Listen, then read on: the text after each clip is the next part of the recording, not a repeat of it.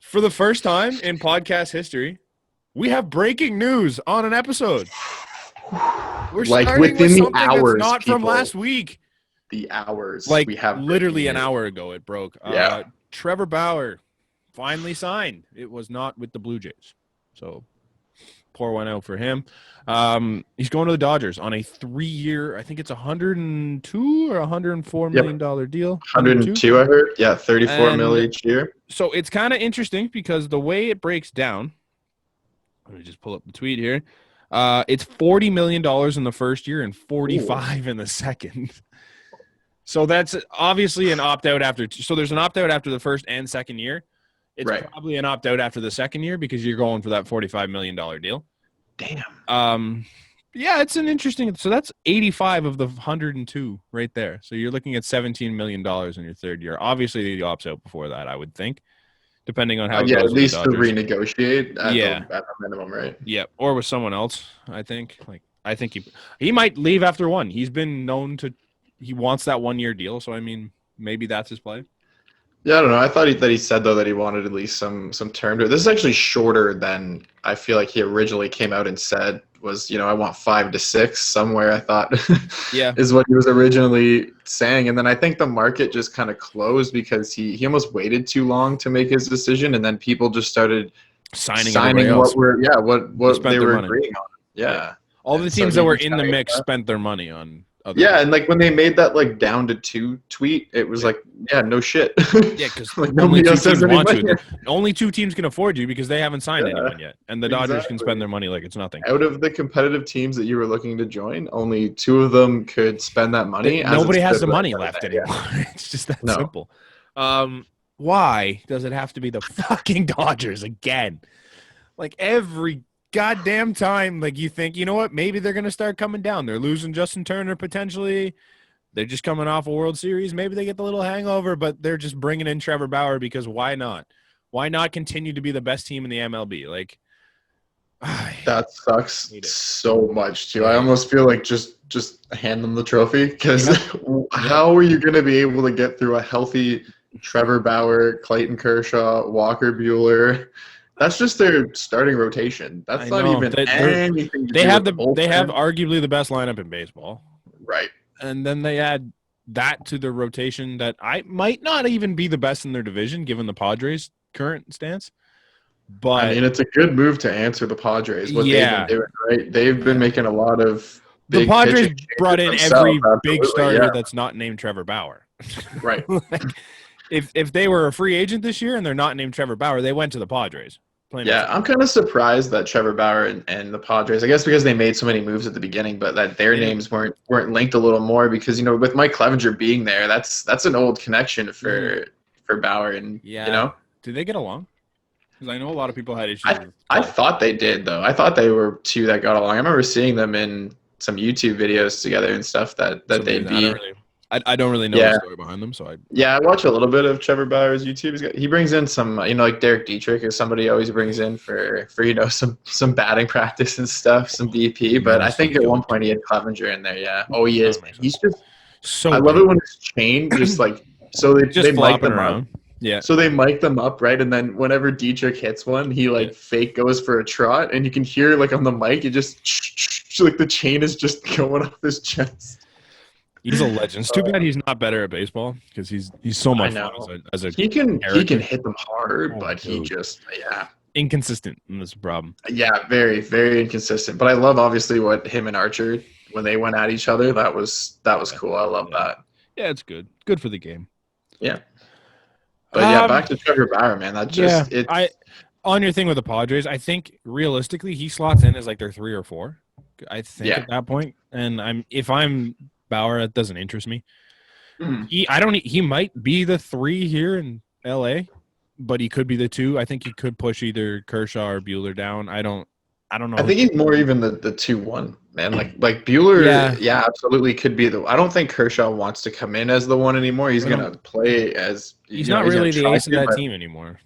No, and he's a really good pitcher. Yeah. It's Clayton Kershaw, who's finally showed up in a World Series. Yeah, exactly. And so and he's another year older. He's another year wiser to the game, and it's not like Trevor Bauer's new to the game at all, right? And he's been in some playoff runs before. He's been in good teams. Yeah, he's been part of good teams. I remember that when he was bleeding all over the mound, and he's like, "You're not pulling me out of here. I'm pitching." He's a gamer, always has been. Absolutely, yeah.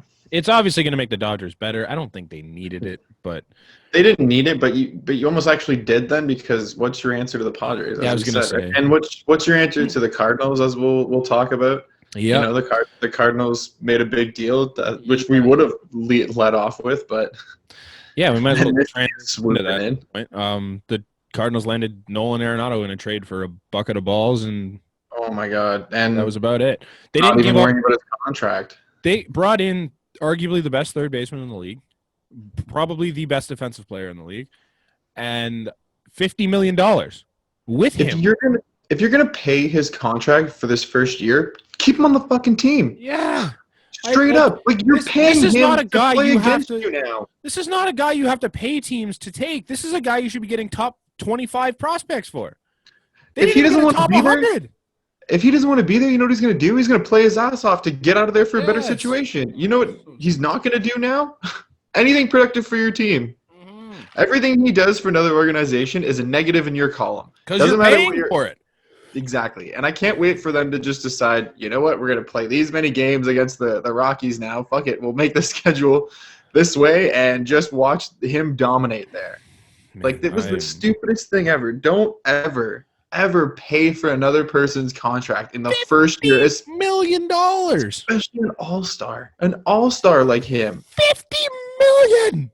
I don't care about that. He's a top 15 every day of the week. Sometimes top 5. If that whole organization is not fired top to bottom, then we've got some issues in Colorado.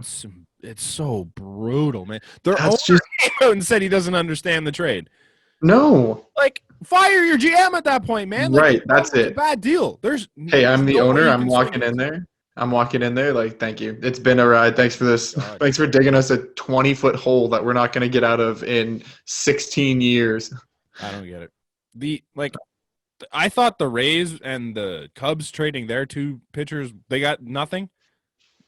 The Rockies traded a better player than both of them combined and got literally nothing and paid to do it. That's embarrassing. That's just flat out embarrassing. There's no way you should have a job at this point.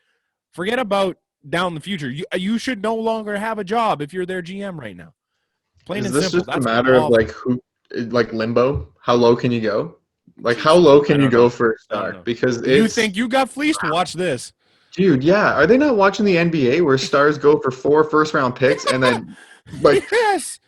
Matt Stafford just went for 3 or 2 Let's do the opposite of what they're doing. Yeah, who needs a future? Let's just let's just have cap, because who doesn't want to go to Colorado where balls fly? We're going to get all the pitching we can get now because, we just saved that much cap on Arenado, except we're paying his contract this year. So it doesn't make any sense. Like, it's one thing, if you wanted to shed his contract because you don't want to pay for it, but you're literally paying for it.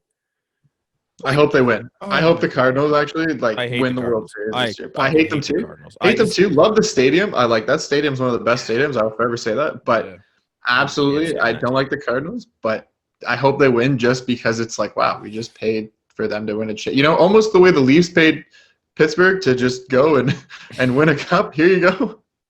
Yeah, there's 2 teams in the MLB that I just never want players to go to. It's the Cardinals and the Yankees. Yankees #1, but Yankees, Cardinals. That's it. I don't care about the Red Sox. If people want to go there, whatever. It's cool. The Astros. If you want to go ruin your career there, be my guest. I don't mind. But I just fucking hate when players go to the Yankees and Cardinals. It's like just trash.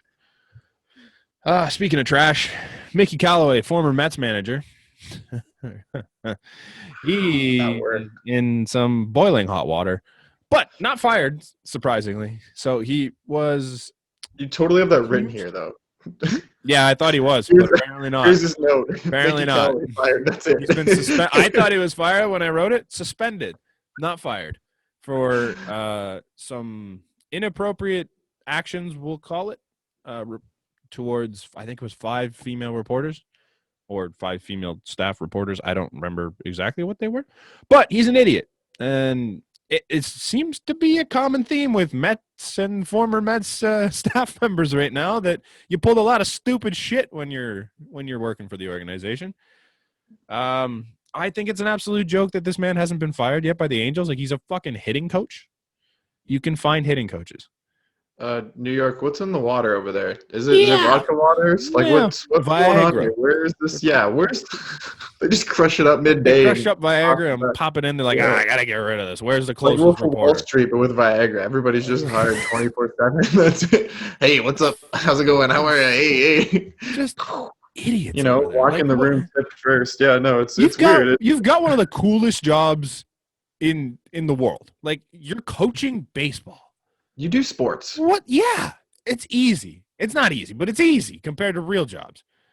Like, you're having fun for a living. Yes, it's something you love to do. What are you doing any of this for? I don't get it. Come on, man. Like, don't be a fucking idiot. You're making enough money. You can go and flash that somewhere and someone's going to go home with you. Don't fucking message reporters, no matter who you are. Don't go message reporters and people that work near the team. Stupid shit like this. Like, you're a fucking idiot. I hate it. There's like and it's not just like one. There's like 5, and like just in this day and age, everything is found out. There's always a trail of something. There's always a trail of look at Morgan Wallen. You're not getting away with things anymore. That's it. Like, it's not a thing. Don't do stupid shit. If you're in a high place in society, don't do stupid shit. Plain and simple. The eye is always on you. Big Brother is always watching. Just know that, okay? You have no moment where you were out of the spotlight. Morgan Wallen got caught by a doorbell camera. So, yes, Big Brother is always watching you. That's what I mean. It's so easy now. Like, it's nuts. We don't need to get into Morgan Wallen. That's a hashing out that doesn't need to happen. But just I feel like it needs to be handled better than that. The suspending is not enough. No, the fact that he still has a job right now is nuts. I don't understand. Hey, we're gonna fire that guy over there, but you're cool over here. We'll wait. Well, I mean, in fairness, the Mets got rid of them right away. But now Mickey Callaway's with the Angels, and it's like okay. But you saw what the Mets did with their GM that didn't even do as much as this idiot. And you're not even like, oh, yeah, we'll just look into it.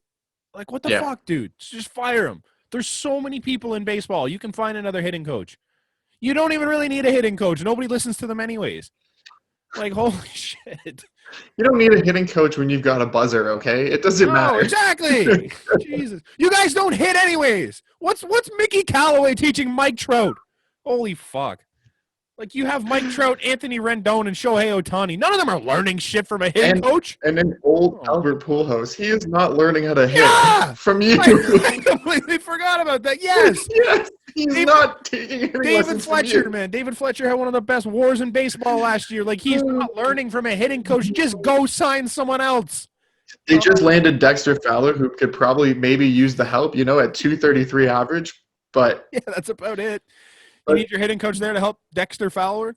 Like, come on, man. The switch hitter that can't hit. Just the switch side guy. That's it. That's what I called him last year. It's because it doesn't matter what side he was on. He just switched the side. He's like, this is bad. This doesn't bad. Did Mickey Callaway even play in the MLB? Like, why are we? I don't know. Oh, yeah, here we go. He's a pitcher. He's a fucking pitcher. Looks more like a catcher to me. Why? Oh God! Why? Whatever, man. Angels, you fucking suck. I'm so glad you guys are a trash organization that never wins. What a stupid move! Fire the goddamn guy, man. It doesn't make any sense. Just suspend him.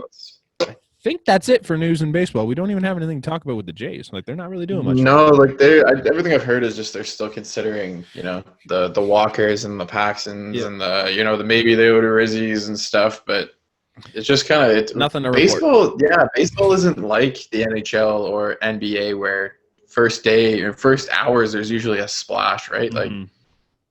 Like they've kind of gone to the weighted out method. Like I remember, I think obviously what it was like last year, Harper and Machado were just like, who's going to go first? Yeah, they're just had a standoff of 2 years ago. Sorry, but that's what I meant. Like 2 years ago they just had a standoff. Well, even last year with like Cole and Strasburg and all that. Right, they were just waiting to see who get the most money. Yeah. But like realistically, there's not much left to happen in the MLB. I think most of the big names are off the board. Obviously, there's some starting pitchers left that are like mid-tier, but There's nothing really. All the big names are gone now. There's no one left that you're like, oh, I hope we get so and so. I don't.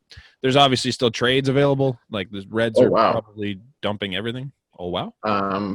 Just King Felix just went to the Orioles on a minor league deal. Day ago. Didn't we just talk about it? Yeah, we did when that other suspension stuff came up. Yeah, because he's on that list. Yeah. Well, that's cool. I didn't realize he was still playing. Oh, and we lost Colton Wong 2 days ago. Went to the Brewers. Colton Wong went to the Brewers. I missed not a huge deal. I mean, it's cool. It's a good move. Apparently, sorry, I forgot about this too. Yadier Molina is getting some interest from the Jays. See, I can't let that slip by. You're right. Actually. You're right. We're not done. Reported. It's the issue when it's reported. You know. What's your opinion on it? On getting Yadi? Just the idea of bringing in Yadi. I think it kind of goes along the same lines to what we said about JT, where he's going to bring a lot of knowledge to the game. He's going to bring a lot of good stuff for the pitching, and especially if the pitching looks the way it does now, it's going to need that behind the plate. It's going to need somebody to calm everyone down and to just game manage, right? Like, because that's really it. He's the kind of the quarterback behind there, right? So I think it's a really good addition. And you're not getting obviously any speed. I'm thinking his arm is still his arm. He's still an incredible defensive catcher, and like he has been his entire career. And not that we need that. It's not an upgrade by any means, but at least it's okay. But at least he's like a 15-time Gold Glove winner. He's disgusting. Oh, absolutely. But we're not like Danny Jansen can still throw guys out. It's not like he's missing. He didn't do a great job of it last year, but like it's not even like the throwing out guys. It's like the way he calls games behind the plate and like the way he blocks balls is just elite. Like nobody can do it like Yadi. And I think at very worst, if you bring in a guy like that, he's going to help Danny Jansen get better. And he's going to help Reese McGuire get better. Like I think both of them, if you're learning from I would say the best to ever do it behind the plate in terms of defense, you're going to learn something. Like he's going to teach you things that you really don't know unless you're there witnessing what this man can do live. And he's just one of those guys. He's just been a consummate pro his whole career. He rarely ever misses games. Just incredible leader in the clubhouse. He's a guy you just want on your team. I think it's unlikely to get him. I think he's going back to St. Louis, and I think that's it, especially with the Arenado move now. It's like that's a team you want to play for, especially to finish out your career. You've been there all your career. It doesn't really make sense to leave now. But if they get him, man, that's a jersey I'm buying right away. Yeah, absolutely. And like he's gonna be good even for the pitchers that, like I'm thinking in the mind of like Nate Pearson where he's still trying to figure out his game and Yadi can go up there and kind of give him some advice to say, hey, you just pitch, I got this. Just let me do it. Exactly. And that's awesome, right? You have somebody that's comfortable there, and like how many pitchers has he seen over the years, right? How many batters has he seen over the years? Like he's done it all. He's been there, right? He knows how to call a game. He's the best to ever do it. And the difference there is instead, like Nate Pearson, 21. How old? 22, I think. Whatever. young kid. And instead of throwing to 25-year-old Danny Jansen, who's never really done it, and you're kind of like, well, what do you know that I don't? You're now throwing to, 35-year-old Yadi Molina, who has been there, done that, seen it all, won a World Series, and has like 95 Gold Gloves. Exactly. And St. Louis is still always like a competing team as much as 38. 38. Okay, so 35 is a low ball. Yep. Ooh. 38. I mean, he's not going to be your everyday catcher, right? He's not going to be your. They'll probably platoon, I would assume, with Danny Jansen if that's the case. I think Danny still takes the majority of games, but it'd be like a 90-80 type of thing. If he comes in, it gives you the ability now to trade something too, right? Like now you have a bit of a log jam at catching, that they're at the catcher position, right? It'd be Molina, it'd be Jansen, it would be McGuire, it'd be Kirk. Like it makes some people expendable, which right. And like it sucked to lose Alejandro Kirk, but it's better than as you talked about, better than a Vlad, a Bo, or a Kevin or a Gurriel. Like it's better than if the move is to lose Kirk with like Groshans or Woods Richardson or something like that, to bring in a guy like Luis Castillo or Sonny Gray, I think you'd look at that route right away. It just makes the most sense.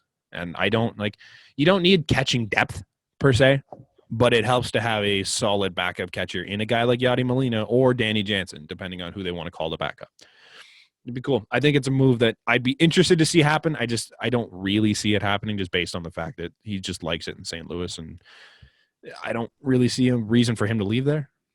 Yeah, you've been there, but you've been there all your life. But like sports is a business, right? And it depends on who he feels is. Like Arenado's a big move, but who does he feel has the better chance of bringing him to another World Series? Yeah. If this is, let's say, like his last 2 years, he's thinking I can get to 40. But he's got his World Series though. So I don't know. Does, but he's obviously a competitor. More of them help.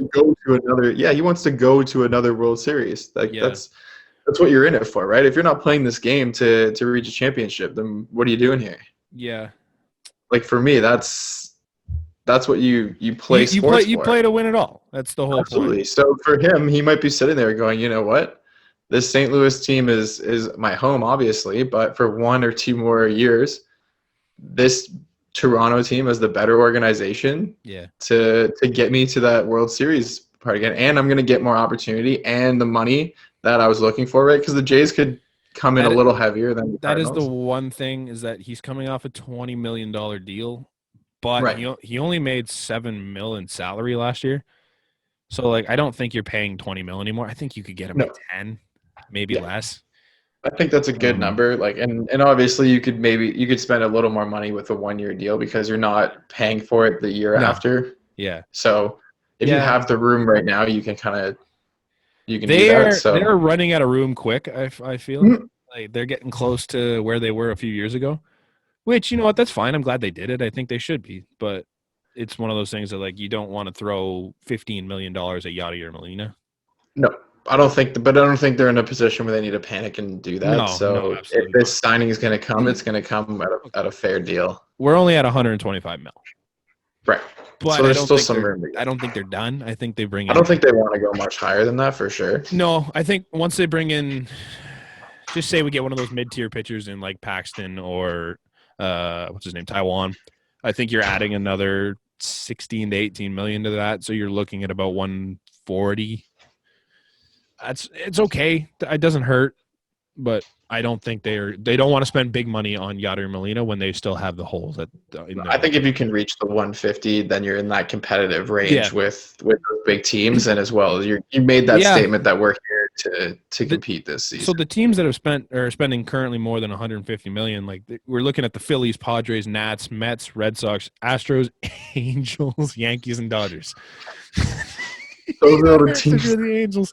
Oh no! The Angels. Every other team on that list, you're like, damn, maybe not the Phillies. The Phillies are kind of middling. But the Phillies have some of the they brought in a lot of guys within the last 2 years. You see, exactly. The, the other teams are like studs. Like Padres could be the best team in the league this year. I wouldn't bat an eye. The Nats won a World Series 2 years ago. The Mets look way better this year. The Red Sox used to be good.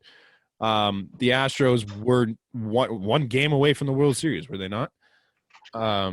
And then the Yankees and Dodgers, consummate, unbelievable teams. Like these are good teams.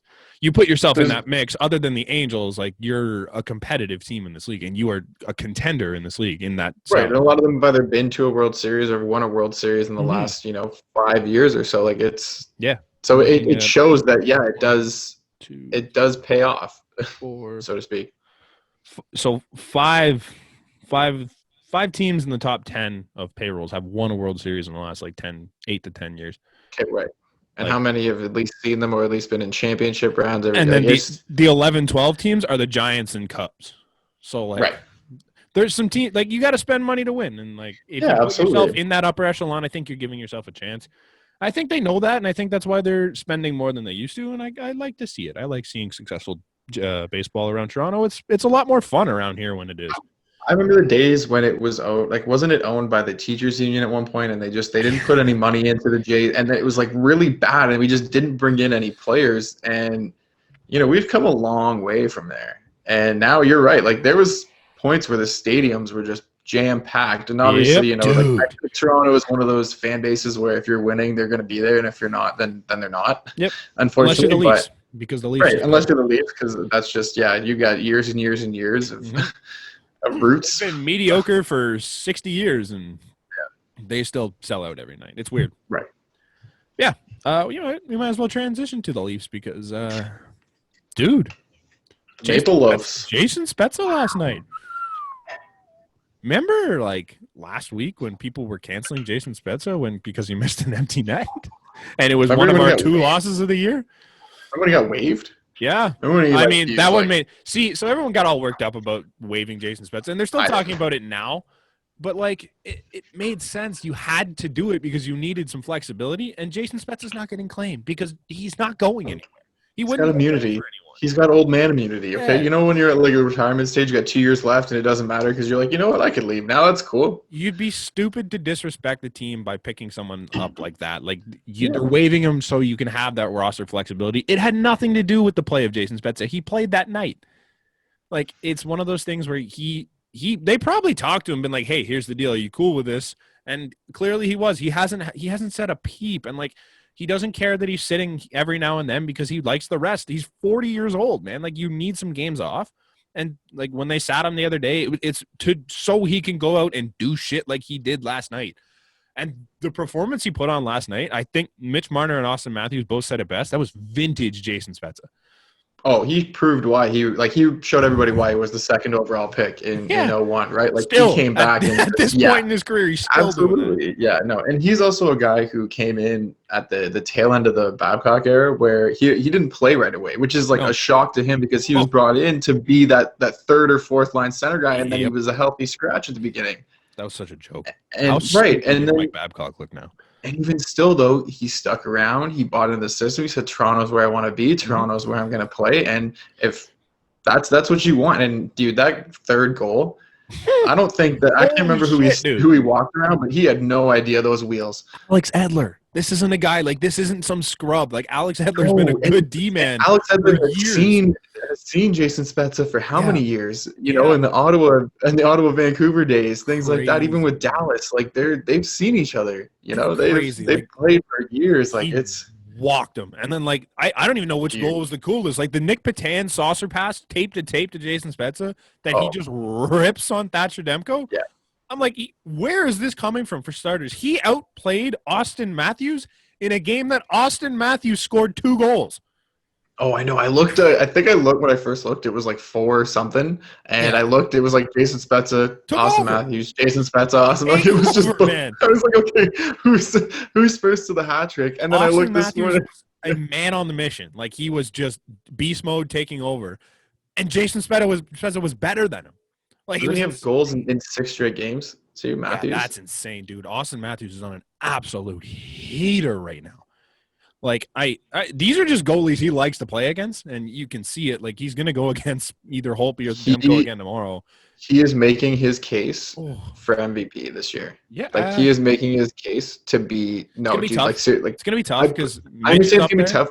Right, because you have 4 stars who could easily take the title at any year. You know what I mean? There's 4 stars on this team who are capable of taking that title, but he is just – I feel like he wants to make that statement that he is – Like, I know he doesn't even lead. He's not even top 2 on the team in points because, you know, he's behind Marner and Nylander, but his goal ability, his two-way ability, his big game, like big moment ability, it's all there. Yeah. Man, he looks incredible, and I would agree with you. On most teams that he would be the Hart Trophy winner. Right. Or a candidate at least. Maybe not the winner, but he'd be a candidate. But if I'm going to use the argument against McDavid and Draisaitl that they have each other, I can't look at Matthews and be like, oh, yeah, he's the reason this team wins because, like, they have 3 other guys. Like, it's all 4 of them look really good right now. Like when they get on the power play together, it's unstoppable. Yeah. Man, Mitch Marner is first in points in – the league where it doesn't concern McDavid and Draisaitl. If you count the rest of the league, he's first in points because like he's just dominant. And then there's the other 2 that are in a league of their own, and they're just ridiculous. Yeah, but they don't have the first same in the rest of the stats. group. And that's they're what? They're 6-6 now. So they've actually won their last 3 games, which is good. The Edmonton squad, they're doing all right. But that's what it takes, though. Is Connor McDavid still like +1? Oh, let me check that actually. Well, yeah, I'm gonna look it up. I have their team in front of me. He's only a +1 though. He is not great.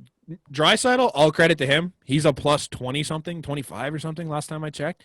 That's great. He's turning it around a bit, but like what the hell is going on at 5-on-5 for Connor McDavid that you're +1. Yeah. He is the +1. Hang on. I'm going to look at these line combinations here. He's averaging 2 points a game, and you're a +1. Like, you're basically telling me you're only positive at 5-on-5 by 1. Like, you're that close to being a net negative at 5-on-5. That's just crazy.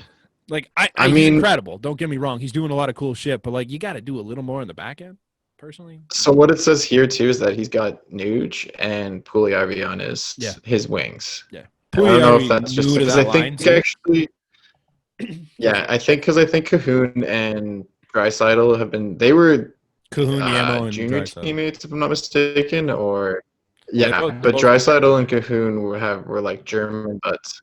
Yeah, they were German buds together, so they've been stuck on a line together. But remember, Nuge was with Draisaitl last year for the majority of it, wasn't he? Like, so that's a brand new line. First off, yeah. Well, they started. Like it's McDavid with Puljujärvi, who came over from the European League, but he came over from the European League, and now you got Nuge on his side. Like, I'm pretty sure last year it was Draisaitl and Nugent Hopkins together for the majority of it, especially when McDavid got hurt.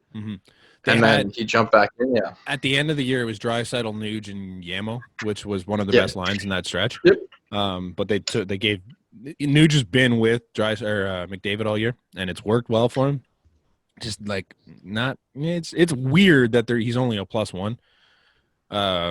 But yeah, Mitch Marner in the third spot of that could put himself in Hart Trophy conversations if Matthews didn't exist.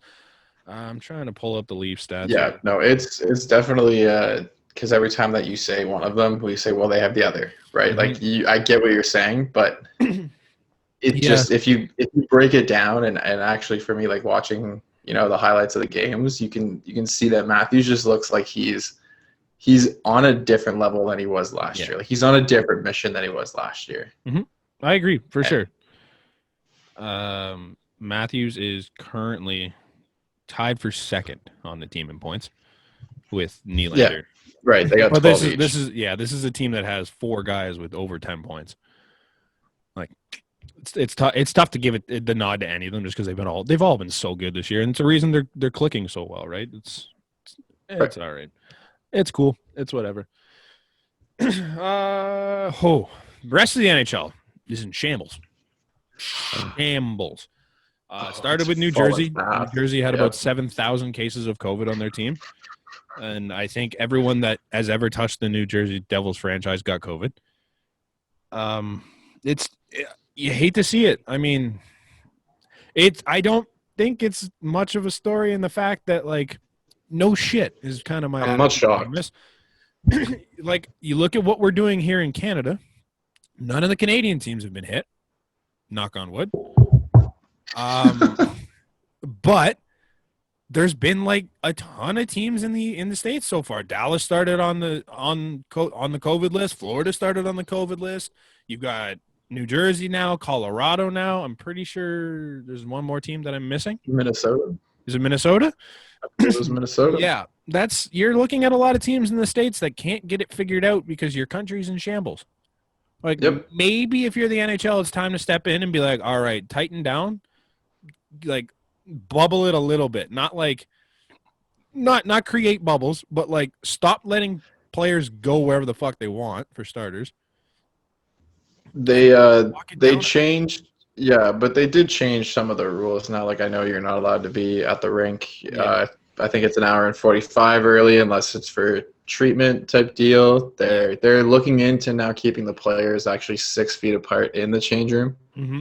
So not being a stall next to them, being like a stall over. But like it just, that doesn't matter to me. Like, when you score a goal, you get right up in everybody's grill and you're breathing. You're on the bench together anyway. You're on the bench together. Like, they removed that glass behind it for better airflow. But like, what does that do?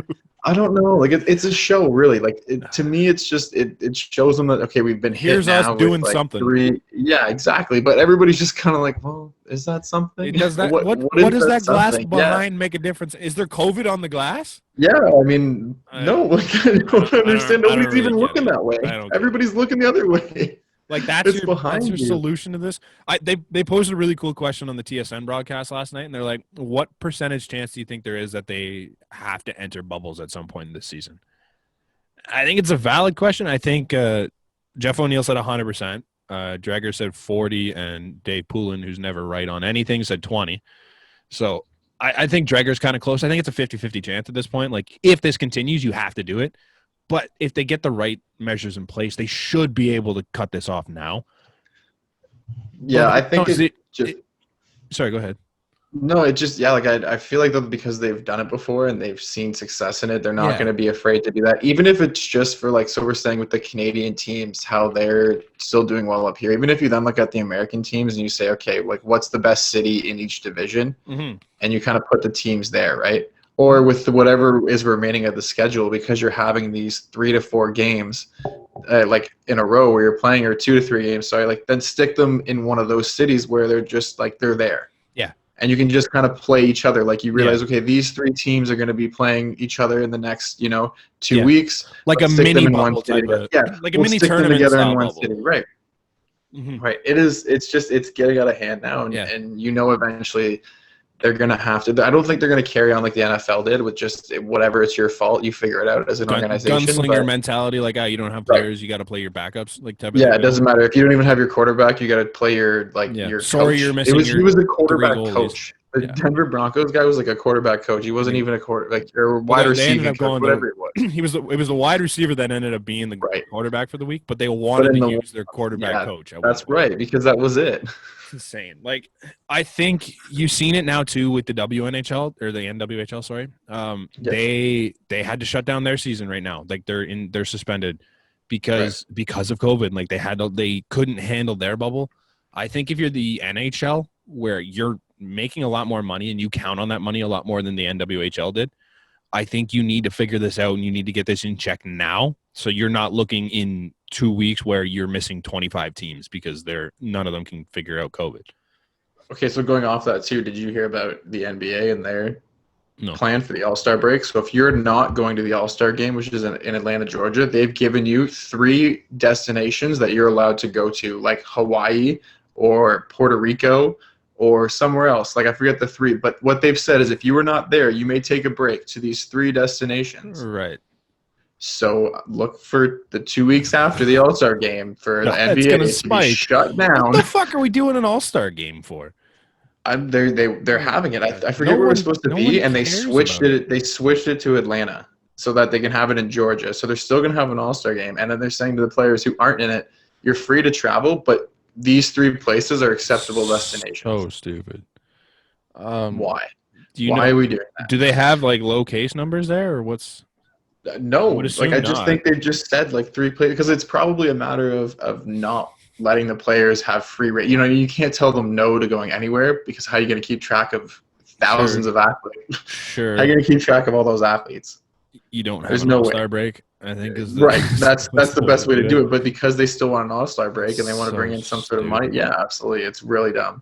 But that's their plan, is that they've got 3 places to just go. Georgia's got 5,800 cases right now. Oh, it's crazy there.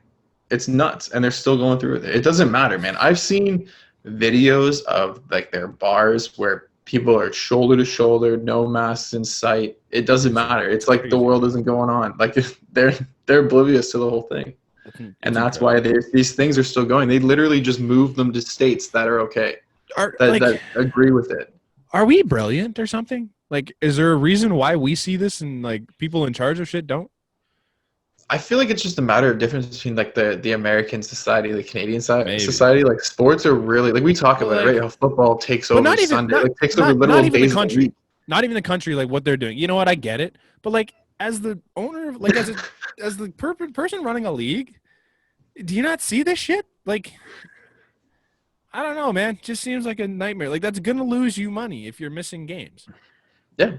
And like the quicker you can get back to having fans, the more money you're gonna make. So why are you risking it now when there's nobody in your fucking I don't understand why this is still going on. Exactly. I'm not sure why this keeps going on. It's baffling. The NHL needs to figure this shit out. It's a joke. It's ridiculous. The NBA, that's even worse. So we'll talk about that obviously when it happens. But stupid league. Speaking of stupid, you remind me of? You sound like the Grinch where he's looking at the thing. I hate you. Hate. You hate. That's hate.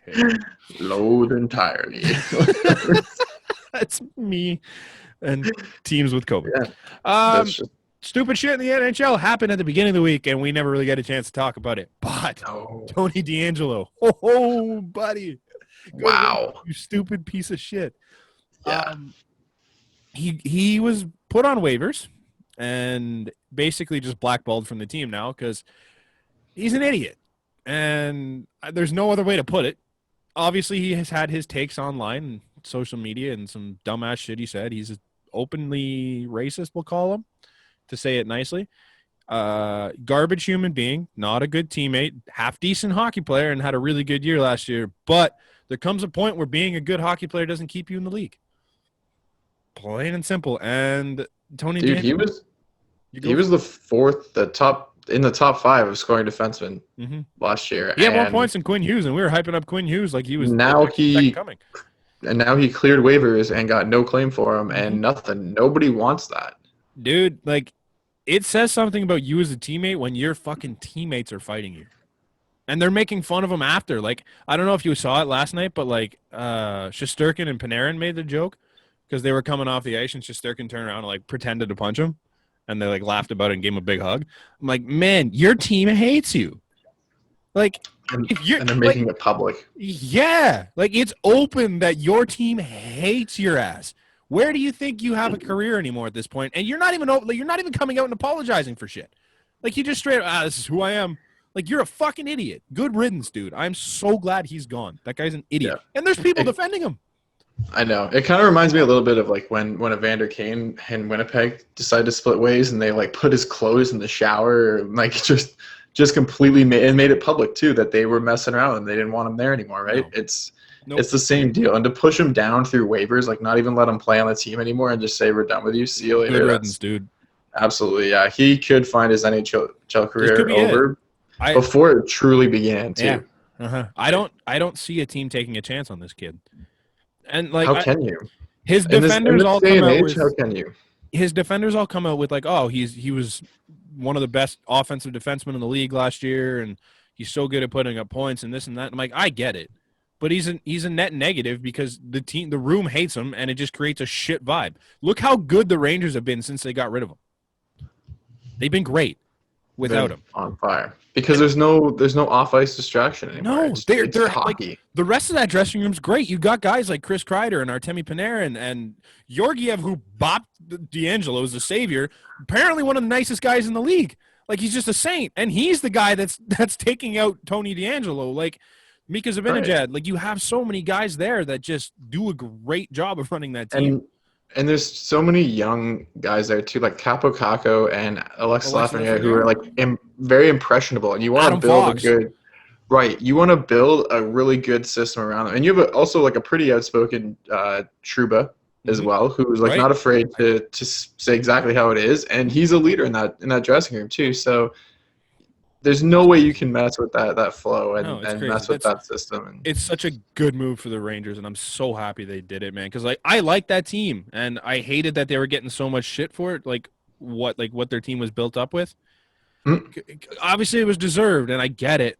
But like outside of him, that team's great, and I think they're gonna do well in the future here.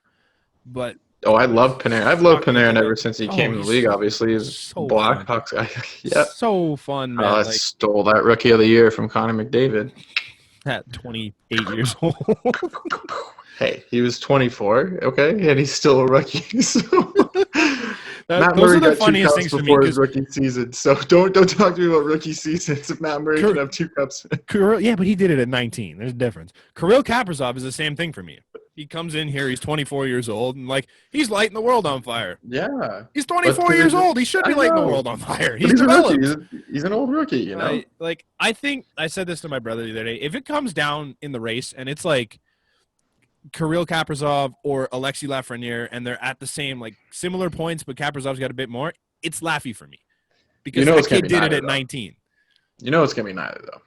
No, it's gonna be 18-year-old Tim Stützle.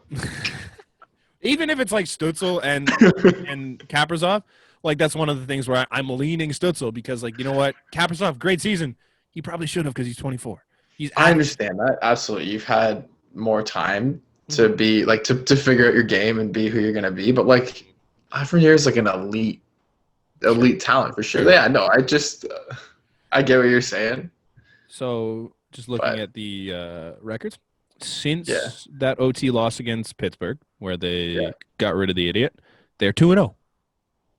Oh, yeah, I'm reading the same thing. And then the games are postponed because of New Jersey. Yeah. And they're supposed to take on New Jersey, so now they get some days off. Yeah. So they play the Islanders in 3 days. Right. Who have not been as good as they were last year. This team it's run here. It's cool. It's a perfect I'm happy move. for It's them. exactly what you want. Yeah. I still think they have a lot of work to do in the ownership standpoint. Like their owners are kind of ridiculous, but I'm glad he's gone. And it does, like, it sucks losing a player like that because he was such an important part of your future, especially. So yeah. Speaking of losing players, we'll skip the Crosby thing for a sec. Sam Bennett, I don't know what the hell's going on there.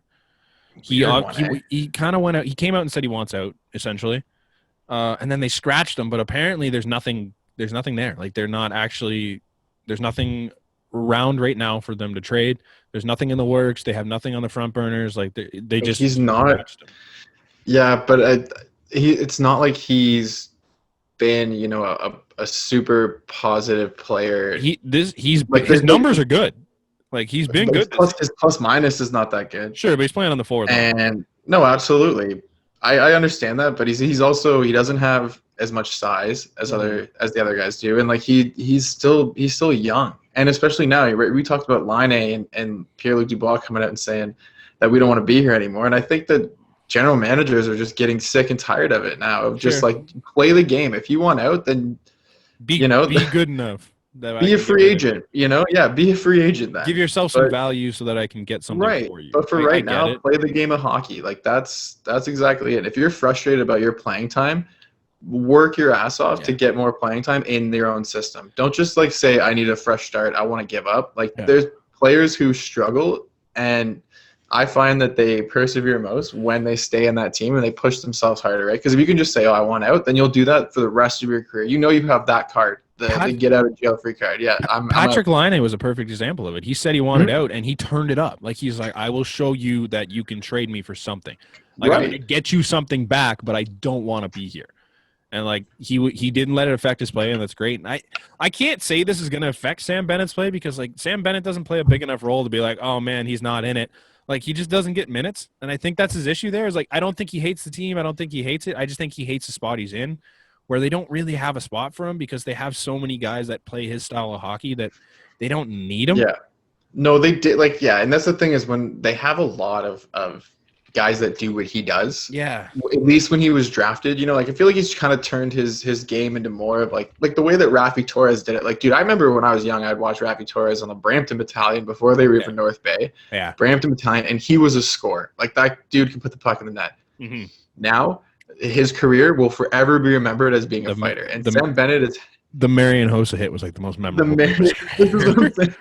So now like Bennett's kind of having to do the same thing, and he's had to do the same thing since coming in the league and transition his game, right? To be more of a force physically and to be more of an annoyance out there and not really show up on the score sheet or on the point sheet, but he's going to show up in the got you a fight, laid a big hit. Like, those types of things. He's an energy guy now. Yeah. And he could be frustrated because he felt like he brings more to the table, which is absolutely right. He has that skill set. He was the 4th overall pick. He's shown that skill set, right? He was the number 1 touted draft pick, right? We said that in our last podcast. Yeah, he was supposed to be 1.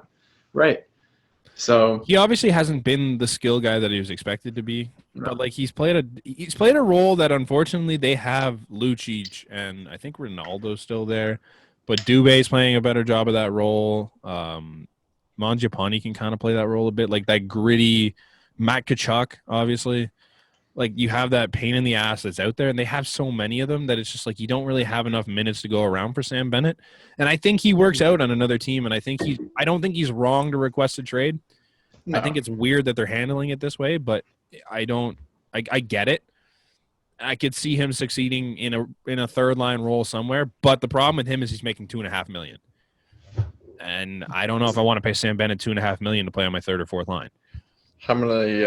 Do you know how much longer he's on that contract for? Or? I believe it's 2 years. Let me just.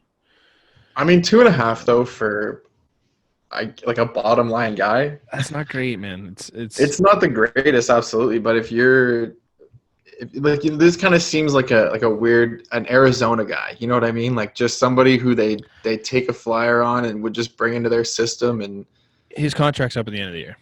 Okay, right. So even that makes it he's an better RFA. then. He's an RFA. So okay, so what's a little bit of control? But an RFA, yeah, an RFA just means that there's really it's not a true free agent. No, if you don't want it to be, right? You as the owner of his contract have more play. Yeah.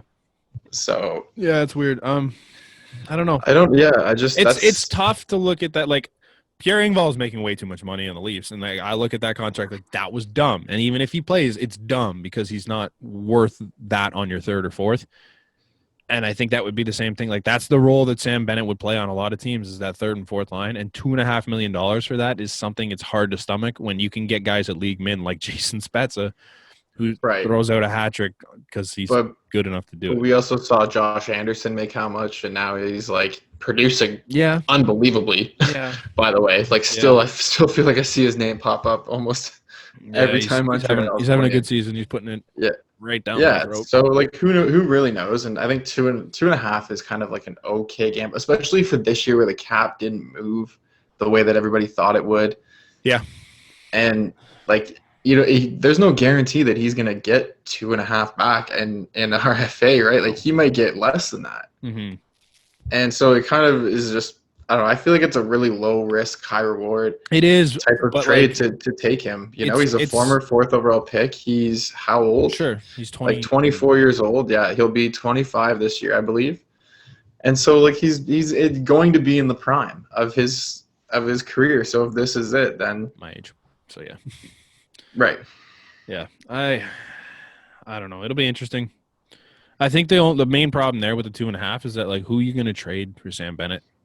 That can like there's not a lot of teams that have $2.5 million in cap space that they can just add them to their roster. Right, but that's where I'm kind of looking at like a dumb Arizona or even like a Buffalo who's just like still trying to reel in what they did in the offseason, right? Mm-hmm. Who feels that they're there, who feels that they've got enough pieces internally, and so bring in somebody else like that, right? Like it's even a Pittsburgh. Mm-hmm. Like I don't know why, like Pittsburgh just kind of seems to make little tinkering deals like this, and somehow they work out, right? Like they'll throw them. They turn guys like this into stars, really. Right? Like they'll just like, oh look, it's sticking with Crosby, and if not him, then you got Malkin there. It's sticking with one of them, and they'll figure it out. They have $152,000 in cap space. It's not going to work out right away. I'm not saying you're going to need to trade. That's what I mean. Like there's spots where he makes sense, but it's just like in this year where the cap didn't move, nobody's got the money to do it. It's strapped a lot of, and especially when you need to have like I don't know with the taxi squad and such. Like you need to have flexibility. You're already doing backflips to try and like make this work. Yeah, Coyotes have 40,000, so you're looking at like moving it. But then if you're Calgary, you're looking for a piece that's contributing. So if you want to, as a Pittsburgh, like get rid of that stupid Jason Zucker. Like that trade was really bad. I don't think he's done anything to that team to help them. Not huge. He hasn't been. No, but like get rid of something like that. Like it's move because they're going to be looking to have a piece that contributes as well, right? They're in a position where they feel their window is now to win. They've made a bunch of off-season moves with bringing in Markstrom and Tanev, and now they find themselves near the bottom of the division. Ottawa could do it. They got $9 million in cap space. I mean, and he's I don't know, but he's actually a hometown boy, by the way, Holland Landing, Ontario. Yeah. I don't know if he kind of fits their system. Like they kind of have this like gritty, pain in the ass to play against type team, and they're reeling right now. I wouldn't give up much for him. No. But I could see him fitting in on that team for sure. Yeah. They need some sort of something. Yeah. Like that's really, just something. I don't know. That'll be interesting. I could see that. It'll be a fun story to follow. Just quickly on Sidney Crosby. The guy is incredible. That move. I know it didn't go to anything, but that was all. That's all I wanted to mention. He saw these youngins trying to pull the Michigan move. He's like, watch this shit. Does it on his backhand. Like, you're so cool. So cool. Yeah, I just didn't want that move to go unnoticed because and the fact that he has both defenders turned looking at him and he's still just like, hey, how are you?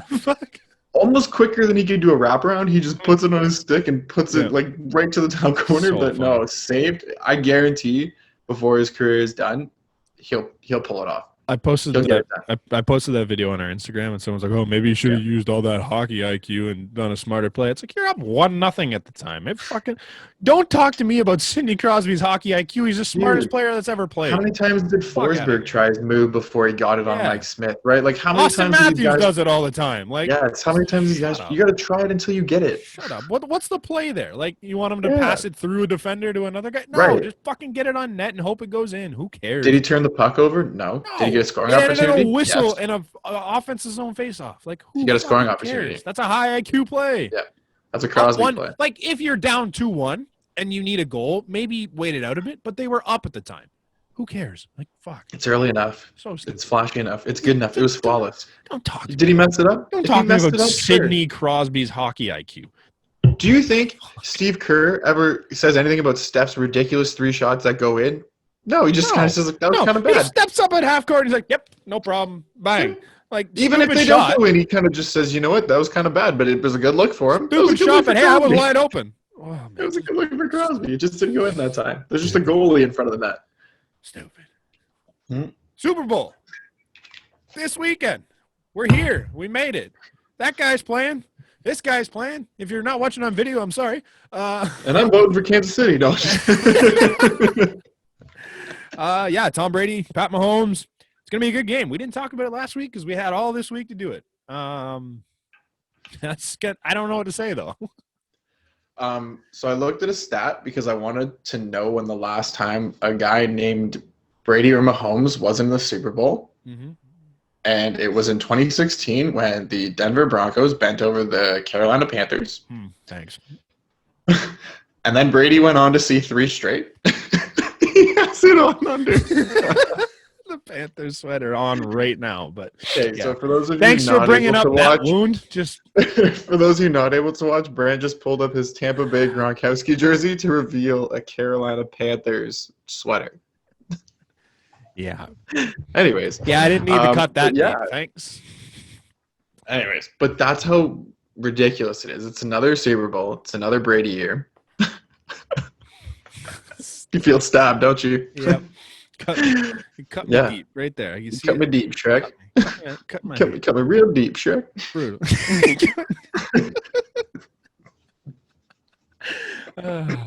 Super Bowl, right? Shrek. Right. Shrek's going to the Super Bowl. All right. So, anyways, you were saying since 2016, Mahomes and Brady. So Brady went to the 3 after that Super Bowl, and then Mahomes went to last year's. Now they're together. And, the perfect headline, I think, is unstoppable force versus immovable object, because Brady's been at that top, and Mahomes is coming in for that spot. It's gonna be fun. It'll be a cool matchup. I think it's a cool matchup for the future. Just like, hey, who do you think this game means more for? See, it's a cool question because, like, it's easy to say Pat Mahomes because he's got to beat the best to be the best. But, like, everyone's looking at Tom Brady like, oh, he's not really the GOAT. His teams were so good in the run. I'm like, shut up. But he wouldn't mind taking a 7th to be like, shut up. I got 7 of these things. I almost need another hand at this point. Not only do I have 7, but I just went to a new team. Yeah. And brought them, especially an organization who has never seen. They've been dog shit in their whole franchise. Yeah. So he took them and he made them gold. And sure, he got some friends to help him along the way. Mm-hmm. But the Buccaneers traded for Gronkowski's contract. So that's on the Patriots for just handing him over. Mm-hmm. Right? Antonio Brown was released and then signed to be a Buccaneer. Yep. And even still, he's been dealing with injuries. He hasn't been there the whole time. Like, Tom Brady has just shown that he is the greatest in this game still. I think it means so much more to him than it does for Patrick Mahomes. And not just because I'm a big Brady fan, but because, like, he's that old guy now, right? Patrick Mahomes is technically the king of the mountain because the Chiefs won last year. Mm-hmm. He's got to dethrone last year's Super Bowl winner on a team that has never won a Super Bowl, never really even been there, and on a completely new team in his first season to get his 7th ring. Like, that's kind of cool. Also, on that GOAT conversation, Tom Brady is the leader in NFL passing touchdowns. second in passing yards, and has 7 Super Bowl rings. I don't care what you say. Nobody's touching those numbers. Like I think Barstool was doing something stupid where they were saying, oh, no, it's Aaron Rodgers. It's like, shut up. No. Aaron Rodgers, A, didn't play long enough compared to what Tom Brady did. And B, like, yeah, okay, his playoff record wasn't great because his teams weren't great. He still hasn't – he's been to the playoffs less times than Tom Brady's been to the Super Bowl. What round was Tom Brady drafted in? Like the 115th, I think. Like, right. He was a fifth round. Almost 199. He wasn't supposed to be good, and he turned around and became this. And like he was behind Drew Bledsoe for his first year, waited till his second year for him to get injured, and then went on a run and never looked back. He never gave back the starting job. My favorite thing to see too is the people that are like, "Oh, you can't use the rings as an argument," and then turn around and go, "Yeah, but Jordan's the greatest of all time because he's got 6 rings and LeBron doesn't." I'm like, okay, hold on, because Stephen Smith did this, and he's just like, yeah, you can't call Tom the GOAT because of the rings. Like the rings is an argument to use, but he says the exact opposite about Michael Jordan. It's like, if you're going to use that as greatness one place, then Tom Brady's the greatest that ever lived in football. But why is it just the rings? How about it's the Super Bowl? I hate the rings conversation. Right. How about it's Super Bowl appearances? How about it's the division championships? How about it's the MVPs? It's the Super Bowl MVPs. Mm-hmm. He has a better percentage chance of making the Super Bowl than Steph Curry does hitting a 3-point shot. And Steph Curry has one of the best 3-point percentages in history. Apparently, Amir was telling me this yesterday or 2 days ago. Apparently, he has a better chance of making the Super Bowl than Michael Jordan did hitting a basket. So, yeah, that's enough of that GOAT conversation. He is good. Great. He is elite. Yep. He is the best, and he just keeps going, and he keeps going. Still there. Yes, and like he just gets older, and it doesn't matter what you know what I mean? Everyone said, oh, he's on the AFC where he's on that side. He went to the NFC, the oldest he's ever been, and ran the table. Arguably had the best year he's had. When it matters, it doesn't matter. It doesn't matter your record. It matters if you get in the playoffs and what you do in the playoffs. Mm-hmm. If you're able to go all the way, and he does it every single time. Yep. He makes it to the dance 10 times. Yeah. He wins 6 of them, could be 7 of them. Mm-hmm. And he goes up against whoever was supposed to be the one to dethrone him, and they don't. No. Nope. You know, unless you're named Manning. Like, that's it. This is the most passing yards he's had since 2015. Dude, I know. He did not slow down. This is the most passing touchdowns he's had since 2007. Right. That was the Randy Moss year, was it not? I believe so. Yeah. 2007, 2008, like that little era 61. there. Was that 60 or 51? He had, in 2007, he had 50. This is the second most touchdowns he's ever had in his career, for starters. Right. Just the numbers on him are nuts. So he's been picked off a lot, yes, but that comes with the territory of having a completely new team. So I give him, it's whatever. This is the best completion percentage, one of the best completion percentages he's had in the last 10 years. Like the guy turned it around at age 43. He threw for like just under 100 yards, less than Mahomes. And everyone looks at Pat Mahomes like he's a god. Right. And I understand that Mahomes obviously threw it less total times, but he also has Tyreek Hill. Mm-hmm. He has the best tight end of the game. Mm-hmm. He has the fastest receiving options in the game. And Tom Brady had no preseason, no opportunity to get to know any of. Right. And then they threw in Antonio Brown in the mix, and yet everything went smooth sailing. And just a complete wheel of running backs. Like there wasn't really I think that what they've done actually was they tricked everybody in the regular season with Leonard Fournette, and they showed minimal of him, and they showed him when they needed to. And then now that he's healthy and there's not really a risk of a lingering injury, that he's ready to go, he looks great. And that offensive line doesn't get enough credit. One thing that Brady has always had, and they've always made sure that he's had, is an offensive line. Yep, he's good time. And Kansas City's is hurting. They just lost their best tackle last game. It'll be interesting. And I don't know. their Canadian from last year stayed home this year to fight against COVID. He didn't go back, so they have almost like a brand new front line. Yeah, and you have to protect the best player in the game in the best game of the year. I don't think Pat Mahomes is all that healthy right now. Like, obviously, he had that issue with his foot a couple weeks ago. I think he might be over that a bit, but it's still going to be lingering. Like, it doesn't heal that quick. It's going to make your ability to escape out of that pocket a lot harder. I don't care what you say. That kid's still concussed.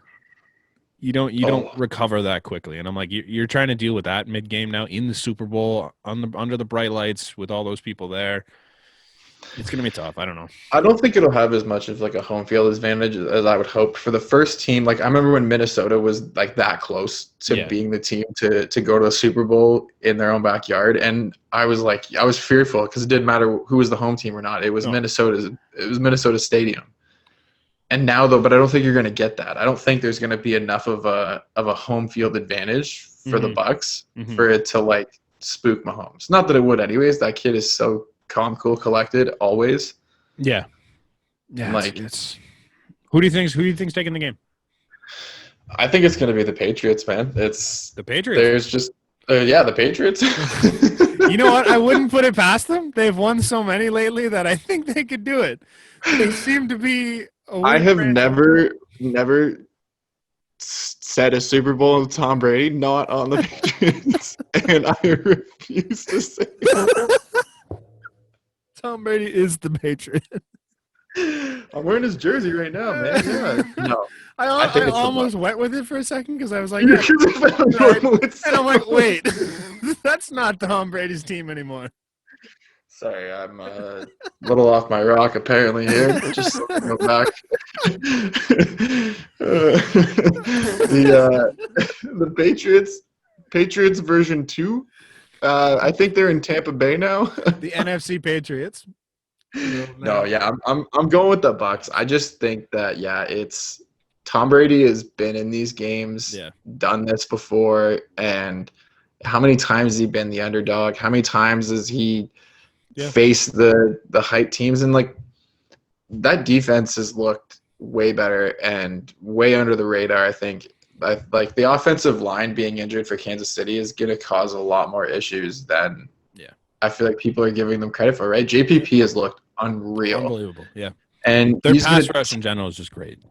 Right. They the 7 in there, and they just got Vita Veda back, who's like this huge unit of a middle. Like, you're not going to be able to run down the middle. No. It's like having Vince Wilfork in there again, where it's like you just look, and there's this big Tampa jersey covering 4 of your linemen, and he's just standing there. And you're like, well, what do I do with that? The one thing I think is going to be tough, it's real hard to cover for everyone, is like the Tyreek Hill, Travis Kelce duo, where it's like you're going to have to double team one. And I think I put my stock into Tyreek Hill. Like, I'm going to double team Hill and try and just stop Kelce one-on-one. It's hard. I get it. But I think that's the play, is like you try and limit Travis Kelce and you just try and shut down Tyreek Hill. That'll be a story to watch. I think it'll be interesting all game long. I think if I'm a betting man, I'm going with the Chiefs.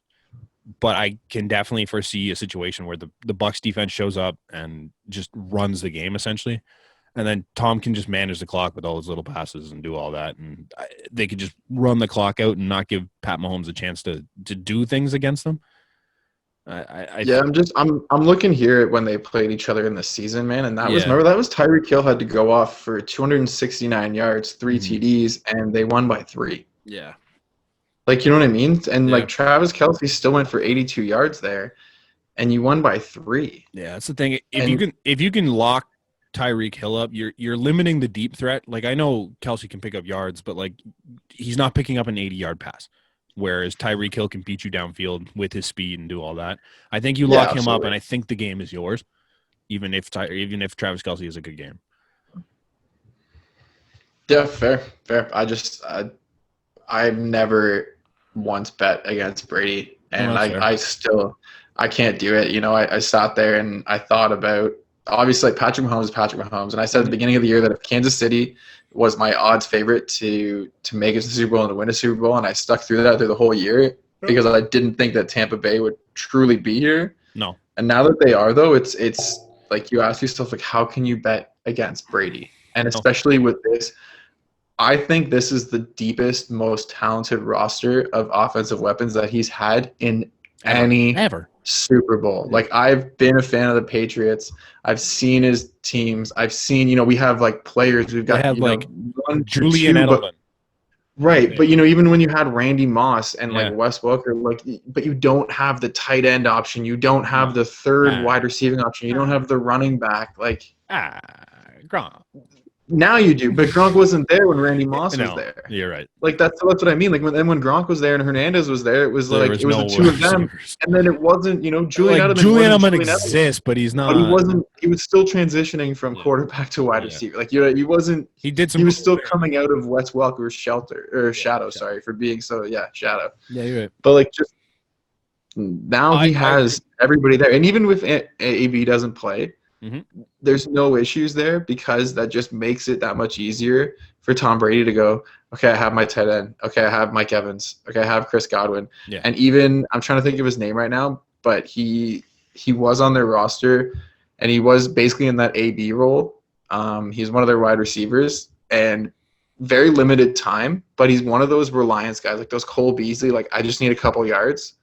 Mm-hmm. And he runs hard, and I'm trying to remember his name as I kind of just keep rambling on, but like he's a good fourth option. Scotty Miller? I believe it's Scotty Miller. Yeah. He popped off that touchdown that kind of led to the win for them last week. Right. And so that's a good fourth option to have. And they just cycle through and they'll show you so many different looks. And then like even I forgot about Cameron Brate. Like Cameron Brate's there, who was their starting tight end last year, and he's been their like ball receiving tight end for the last 3 or 4 weeks. Like Gronk's still there and he picks up yards here and there.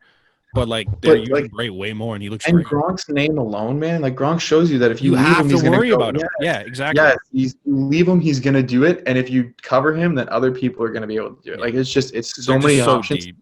And like you were able to say with Hill and Kelsey, like once you shut down 1-2, what are 3, 4, 5? Like Sammy Watkins is potentially out. He's questionable. Yeah, like I know Antonio Brown and Sammy Watkins both, but like Sammy Watkins, that hurts more for Kansas City than Antonio Brown. Yeah, right. Mecole Hardman is fast for sure. He can fly.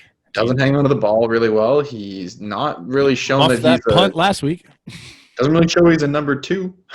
No. He's definitely not a number 2. He's a good supporting guy, but he can't be. He's a great 3-4 punt return, kick return, but I think that if Kansas City doesn't start out hot and really hot, could be tough.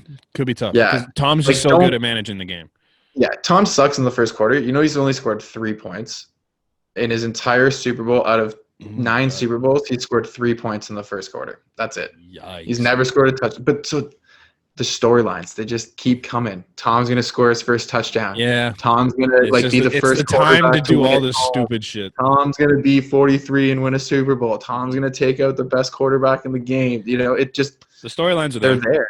Tampa Bay is gonna win their first championship. Bruce Arians is gonna be add to his legacy. Yeah. Yes. Yeah. No, I see it. Taking the boys. All right. Other news around the NFL, we don't have to spend a ton of time in. We actually said this in the last podcast. Matt Stafford was traded for Jared Goff. And we actually brought up Goff on the podcast, and I'm like, hey, look at us. So we kind of know. See, every once in a while we peek our... we have a moment where we're like, shit, these guys might know what they're doing. And then the rest of the episode, they're like, what the fuck are you talking about? Who cares?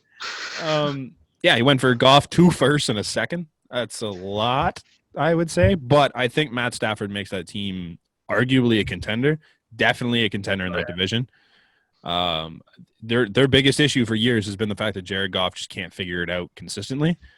And I think Matt Stafford, consistency-wise, has been great. He's just never really had anything outside of Megatron. They've never had a team that was truly able to, offensive weapons who were there for him. And their defense side, I like this move because their defensive side was already set. Jalen Ramsey and Aaron Donald are great pieces to build everybody else around. Mm-hmm.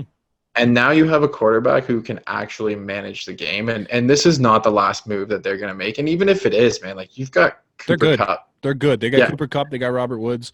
And everyone's looking at it under the guise of they traded their future away. And yes, essentially they traded their next few first rounds away. But where do you need young talent on this team right now. Like all of the big areas are set. Like they have the best player in their secondary, like the best secondary player on their team. They have the best pass rusher in the league in Aaron Donald. They have I would say when he's at his best, he's a top 5 quarterback in Matt Stafford. You have 2 solid number 1 wide receivers in Woods and Kupp. Like your run game this year was incredible with Darrell Henderson, and then Cam Akers at the end just showed up and dominated. Oh yeah. You really don't need to worry about drafting someone in the first round in the next few years, because what you don't need it would help to have that star anything, but you don't need it right now. So you're trying to win now, and if Matt Stafford is that quarterback that gets you there, and free agency is coming about, and you can bring people, like LA is a good destination to go to, right? People want to go there, especially with Sean McVay. Like if anybody can figure it out, it's going to be Sean McVay. Exactly. Like he made Jared Goff look talented. Yeah. Like they went to a Super Bowl. Yeah. And with relatively the same kind of looking same idea of a team. I want to say it was minus. No, was Jalen Ramsey not there? Or was that minus Jalen Ramsey? I don't think he was there yet. Right. But yeah. And now he's even better. Yeah.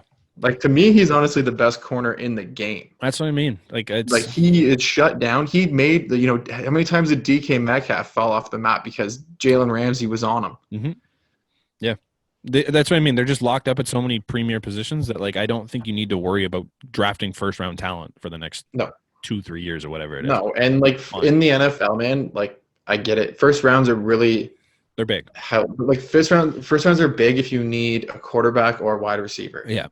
First rounds are big if you need an premier D-man impact player, but you have Chase Young. arguably three impact players now, 2 of them on your defense and now 1 of them on your offense. Yeah. I would not be surprised too, man. So bringing this back to his college days when he was in Georgia, his wide receiver was AJ Green. AJ Green is not in a system that's winning, and AJ Green was also not very good last year. AJ Green's been reliable most of his career, yeah, but last year was worrisome for me. But you also didn't have Joe Burrow after week 4. Yeah. But even when he was there, hey, he could turn around, and I'm not saying that's on AJ Green though.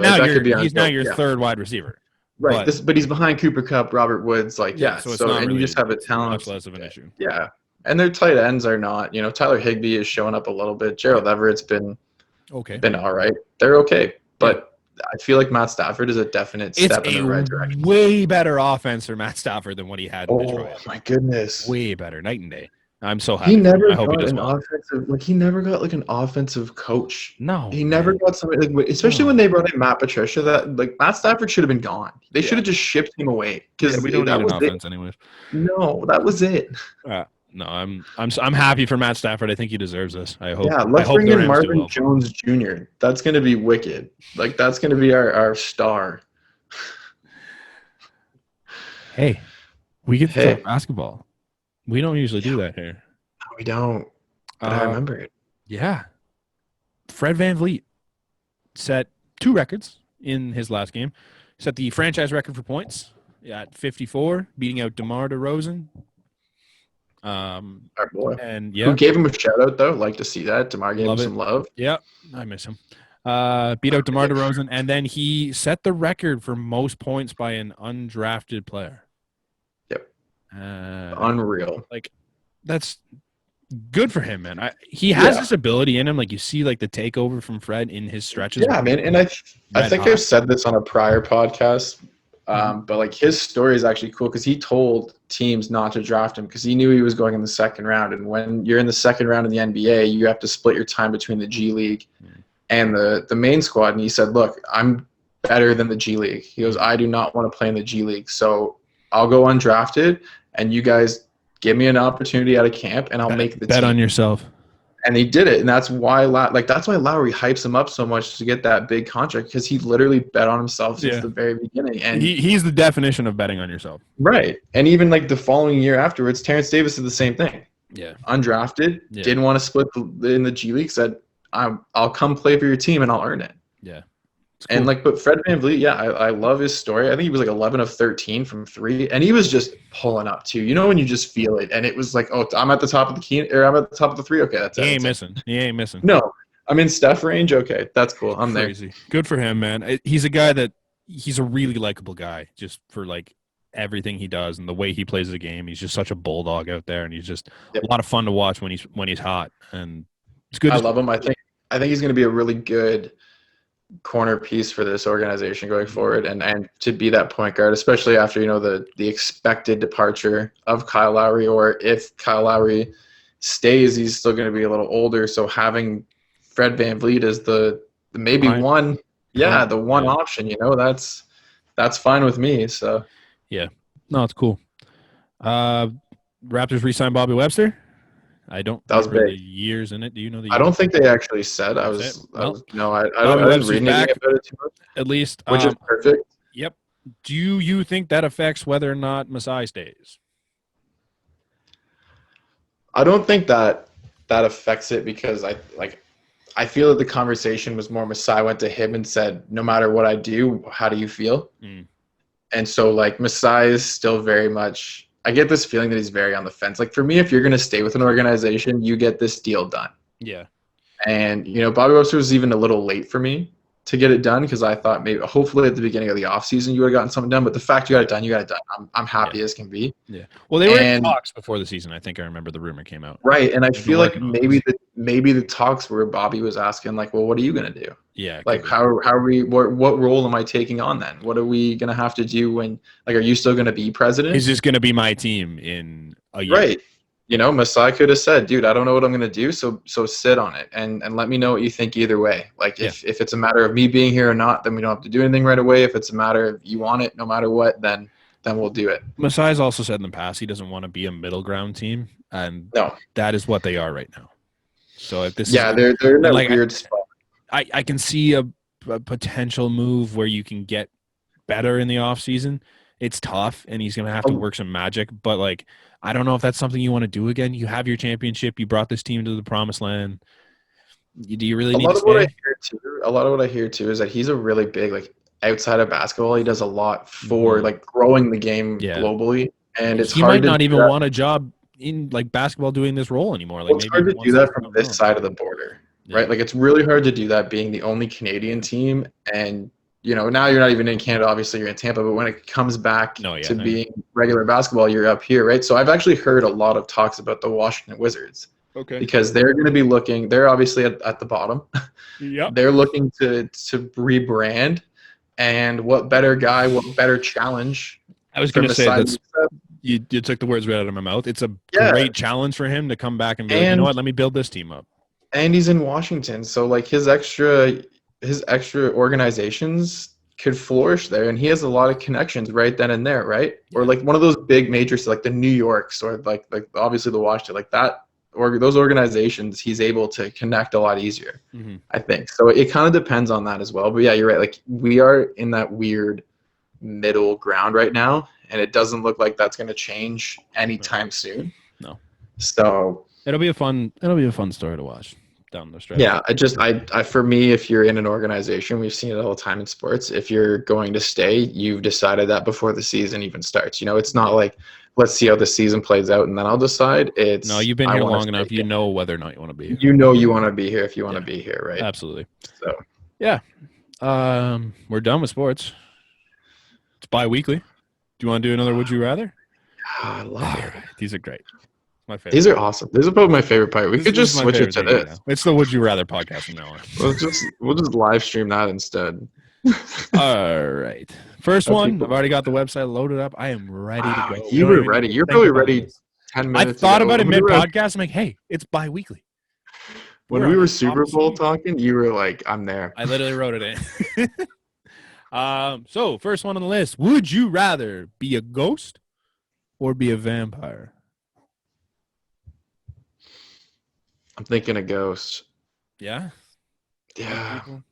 I think being a vampire would be tough. Because, like... Wait, but I'm kind of thinking the old school Dracula, though. I think maybe if that's what I was thinking. But if I'm like Edward Cullen type of thing... See, no, that's cooler. That's cooler. A much cooler vampire than Dracula. But I like Casper. See, I liked Casper growing up. Right. So, like, am I a friendly ghost? Are people able to see me if they want? I was about to say the same thing. Are you a visible ghost, or are you like one of those things that like make shit move on the walls and like Harry Potter ghost, where I'm like, in the painting and I'm just doing the thing. You could be moaning Myrtle. You know what? I think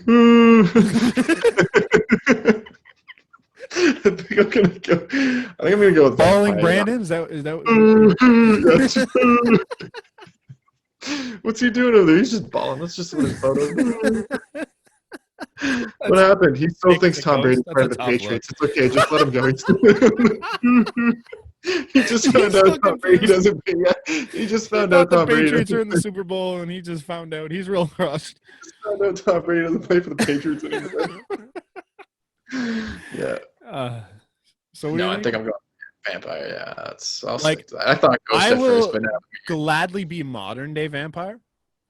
But like old school vampire, I'm not here for that. I would rather be a ghost. But not like I want to suck your blood. Like I don't want to have to live off of blood. You know what I mean? Can I be the count? Kind of a pain in the ass. The count. One. Sure. You just do field numbers all day. Two. He's got his cool little monocle on. He was the coolest character by far. Okay, no one else was as cool as the Count. I don't care what you say. Ernie might have been a close second, Ernie and Burr was a fun relationship. They were cool, but nobody was as cool as the Count. All right.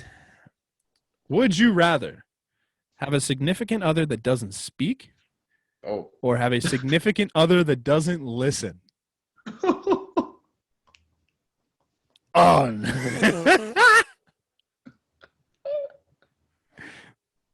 That's tough. Is my significant other watching this? She actually is. She's right here. Just to fill her in real quick. The question was, would you rather your significant other not talk or not listen? See, I think my answer's kind of a little easier because I never shut up. Right. If I'm talking to a brick wall, it's not good. It's not good for me. I like to talk. Yeah. But I would say not. Oh yeah, but then it'd be really awkward if they never spoke to you though. What a lose-lose. What if they never listen? There's no winning. Both situations suck. Both situations. Getting in trouble over here. This was a real bad question. We should. You said they. You don't have multiple girlfriends. You just have one. I'm gonna go with the can't listen because I'm hoping that was coming right now. That would have made this much easier for you. I'm going with don't speak because I'm going with doesn't listen. So she's not listening to me do this podcast. Oh, man. Okay, let's get that one. Perfect. I just got what an idiot. So yeah, this is a really good one for me because I hate both of these people. Or actually, I hate one thing. The other one's tremendously overrated. Would you rather spend a day with Taylor Swift or spend a day with Beyonce? I'm gonna guess that you think Beyonce is overrated. I think Beyonce's great, but I think like this goddess mentality we have around Beyonce, I can't get on board with. Do I get Jay-Z as well? Oh, just Beyonce. Like, do you live in her life? Yeah. Do I get to meet Jay-Z? The little comment below says Kanye would not interrupt. Kanye would not interrupt. Damn it. Okay. I'm going with Beyonce because I can't stand Taylor Swift at all.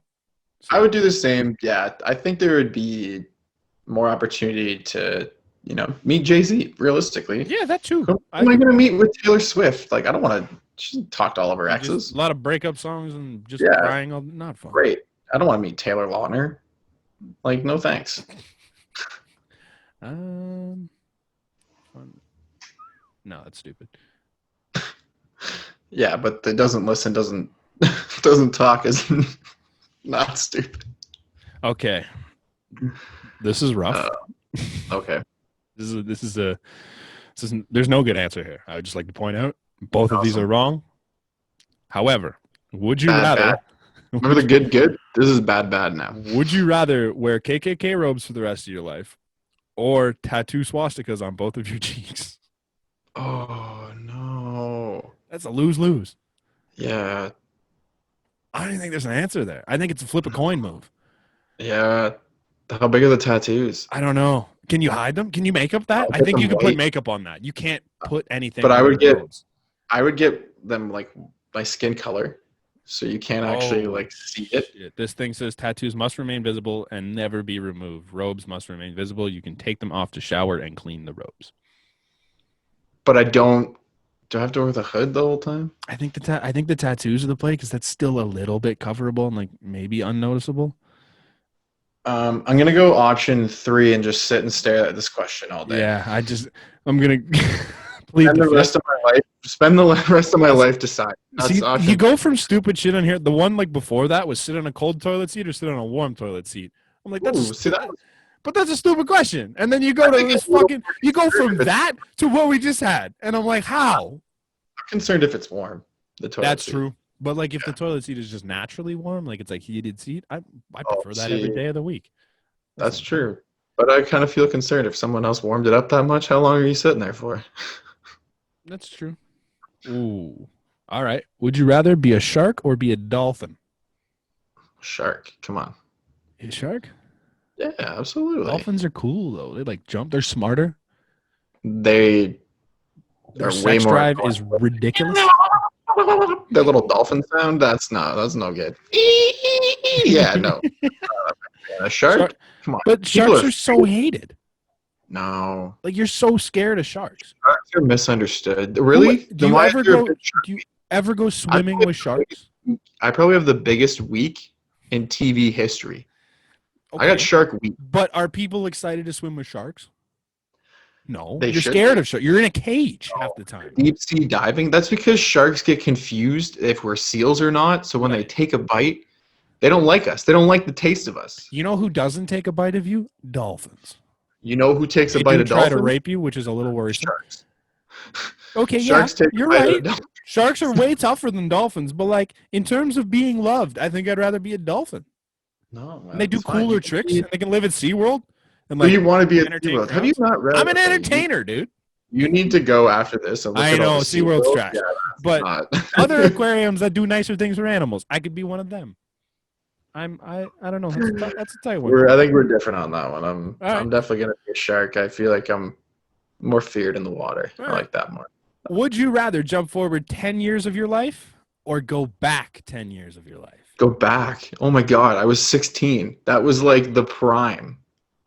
That was it. That was living at 16. Now, do I get to know what I do now? That's what I was just about to say. That is a key contributor in whether or not I go back. Because I would 100% go back and do everything differently. In terms of like, if I knew now if I knew then what I know now, I would definitely be like, yeah, you know what? Grind your ass a little harder. We're going to the show. Just like enjoy it a little more, even, man. Like you rushed out. Like for me, I rushed out of school. I was done everything by like 20, and I was like, oh wow, this is life now. And it's one of those things. Like, buddy, you're not paying for anything right now. Go do shit. Go out and like live. Like just that was before I had a car. That was before I had cell phone payment. Yeah. That was before everything. I didn't pay for my phone, my car, my insurance. I was 14, so this is like I wasn't even in high school yet. Wow, you would have just been maybe hitting high school. Yeah. No, I was. Could have been way different in high school. Could have not played football and mangled my brain. Right, see, lots of things I could do with it. I think I got to go back 10 years. Going forward doesn't help me. It just makes me older. I don't think I'm going to be. I don't know if I'm going to be famous in 10 years. I don't think that's a thing. But I know what happened 10 years ago, and I know I can fix it. I think people who would go 10 years forward, can you comment to us why you would go 10 years forward? Yeah. Like why? I don't. Yeah, I think that's one of those. There's a good option, and then there's like a out there option. Because who wouldn't want 10 years back? This one's interesting. Would you rather be a cop or a firefighter? I think this is an easy one right now. No fucking way do I want to be a cop right now. It's a nightmare. Half of them are stupid. They do a bunch of bonehead shit. But the half mustache was built for a firefighter, okay? This is not a policeman's mustache. This is a firefighter mustache. Yeah, no, that is an easy one. I figured I'd just throw it out there. No, I feel like you get more like, I don't know, respect too, you're a firefighter. You're there to firefighters. No, yeah, you're there to save people's lives, You never see like all firefighters are bad. You see all cops are bad. That's a thing. Yeah. Have everyone stare at you in disgust, or have everyone look away in disgust? Well, one of those is a reality that I live in. Welcome to my life. Look away. I feel like look away in disgust. Yeah? They're like, I can't even look at this guy. Yeah, I'm just going to look that way. Because then I'd be more ignorant to it. I'd be like, oh, what's everyone looking at? You know? And instead of just like, oh. What are we staring at? Who is it? Where'd he go? Yeah, no, that would be, I feel like look away. Why? Would you want to be looked at in disgust? I don't think so. I did until you mentioned that. I'm like, you know what? You're right. Because like I was thinking, like, you know what? If no one ever looks at you, and like you can never really do anything with your life. But like if they're just always constantly like making me feel like I'm just the worst human in the world, I'm like, right. I'd rather them just not look at me. Right. Think about all those celebrities right now. This has got to be the easiest question that's ever popped up here in my time of reading these. Would you rather erase Canada off the map or erase New Jersey off the map? New Jersey. That's not even a fucking question. That's so easy. I'm assuming this is American-based, but, like, come on. You know what, though? If it's American-based, a lot of people hate fucking New Jersey. If you're comparing that's the two options? Yikes. Wow. This is cool. Would you rather become a superhero or become a supervillain? Okay, so grade 9, right? I got voted most likely to become a supervillain. Oh, so you might be locked in on that. There's a yearbook photo of me that says most likely to become a supervillain. I was in grade 9, and yet people already thought that I was ready to be a villain. Mm-hmm. I don't know. Superheroes get all the credit. They get all the fame, and I would like to be in the fame category, but like a lot of villains are pretty cool. Like, very cool. I would like to be Thanos. Oh, dude. I would love to be Loki. I remember I sat in the Avengers Infinity War movie, and I might have eaten something that would have, made me a little more in touch with Thanos. A little more Thanos. A little more in tune with it. And enhance. I remember at the end of that movie, I literally said out loud, "Oh my God, I get it." Dude, there are times in life where everyone has that moment. You're like, you know what? I would snap. When he's speaking and he's like, he reenacts, like he puts his home there, he's talking to Doctor Strange and he's going on, he shows him logic. He explains it, and he goes on, he goes, not biased, just random. And then I just finally, like, you know what? You're right. Crap. You're right. And I'm like, I see what you're saying too, because he's got a really good point. And I'm like, you know what? Yeah, Thanos, yeah. And I'm like, you're not supposed to sympathize with the villain sometimes. But like, there's a lot of times where I'm like, you know what, villain man? I see your point. I said that out loud too. It was the funniest thing. And it was, the greatest thing too was there was 3 of us there and we were all on different experiences. And like, yeah, Jer hated it because of it. Because of that. He hated it all. He looked at me and said, "It was just all about death. Everybody died." I just want to be happy. Oh man, I didn't even think of that. I was like, that just said to me, maybe I'm on the other side. Loki's totally cool. I could definitely be. I think I'd be the supervillain. Yeah, it was just it's neat. It's better. I feel like they need to write. I don't want to be like a Lex Luthor or just smart guy supervillain because that kind of sucks. I want powers, obviously. Like I'd be the Loki or the Thanos. I guess Thanos doesn't technically have powers, but he's a machine. You really just caught this Marvel loop here, eh? Yeah, I'm trying to think. That's all right. You know what? Darth Vader, way cooler than like Darth Maul. Even Darth Maul is like the biggest. Maul, dude. My dad loves Darth Maul. His screen time was like 20 minutes in all that movie. Yeah, he did nothing in that movie, but he's so cool. He had the dual lightsabers. Well, I don't want to be Qui-Gon. I mean, Obi-Wan's cool, obviously, but like Luke Skywalker, whiny little bitch. I don't want to be Anakin. I want to be Darth Vader. You know what I mean? Like Anakin, whiny little bitch, and then he becomes Darth Vader. Wicked cool. Everyone wants to be Darth Vader. Yeah, I don't know. You know what's a real cool side note about that?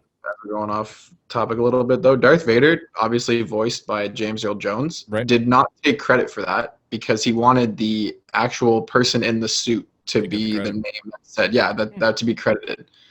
So he didn't. There's no credit in in those credits for James Earl Jones when he voiced him, and it was because he wanted the guy in the suit to get the credit because he did the acting. He said, "Good for him." I mean, that's kind of cool. That's really cool.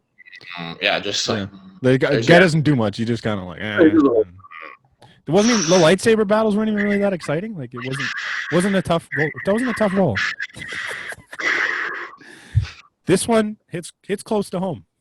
Would you rather be a lefty or be a righty? Now. You are a lefty. Yeah. I am righty. Trust me when I tell you you'd rather be a righty. The world is I can't cut with scissors. No. I can't cut with most saws because they're backwards. I have to like fucking maneuver myself around shit. Every time you have to read things on like rulers and shit, it's the wrong way. I write with a pencil and I'm smudging every time I do it. It's impossible to write on a chalkboard because I just erase as I go along. It's funny how they used to, back in the day, they used to like slap your hand and make you like force you to be right-handed because they didn't want you to be left. You ever see those desks that like have one half? They're mostly only right-handed desks. There's barely ever such thing as left-handed. Nope. There's just a ton of shit. Like if you just look it up, it's so hard being a lefty sometimes. Aren't we seeing like a bit of a surge too in left? I thought left-handed hockey players though we're seeing a bit of a surge. Yeah, it's hard to find right. We're better at everything. Don't kid yourself.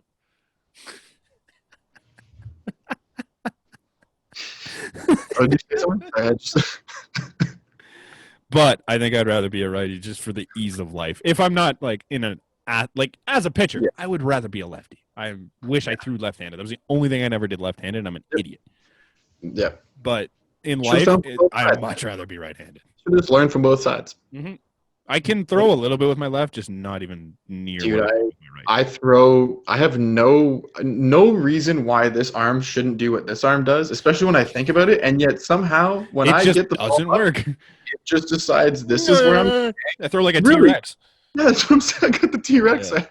I like go to extend and like this band just comes back in and goes, no, this arm doesn't go that way. And yeah, no, it's not good. What time is it?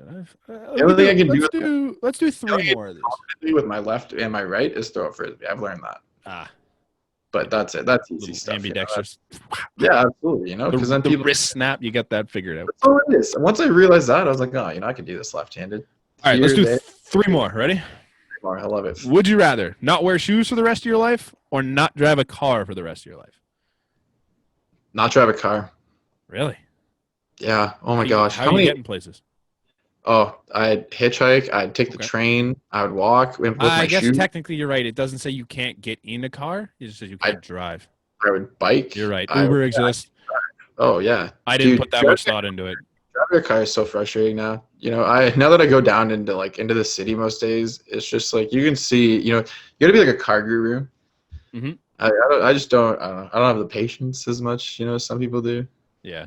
This one seems really easy for me. So maybe because she has all that patience. She's like a car guru, literally just sits there. She's like, oh, just listen to podcasts, or I call my mom and call you, and I'm like, I'm yelling at this driver over here. I'm yelling at the RV4 up that isn't going the speed limit.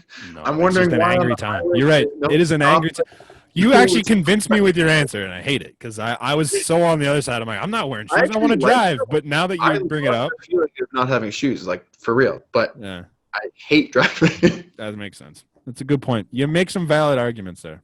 Sometimes. This one we don't have to count unless it actually takes time, because I think this one is easy for me, but maybe you're different. Would you rather live in your dream house thousands of miles from any civilization, or live in the city of your dreams in a small house with 5 foreigners you can't understand? So I'm living in my dream house. But you're just away from everybody. Like you're isolated. Way out. Yeah, I'd take that. Me too. Okay, that's what I thought. Like that seemed really. I don't want to live with 5 people I can't understand. Why am I with 5 foreigners though? What do I do in my life? I don't know. I'm in like my dream. I'm in downtown Stockholm, Sweden.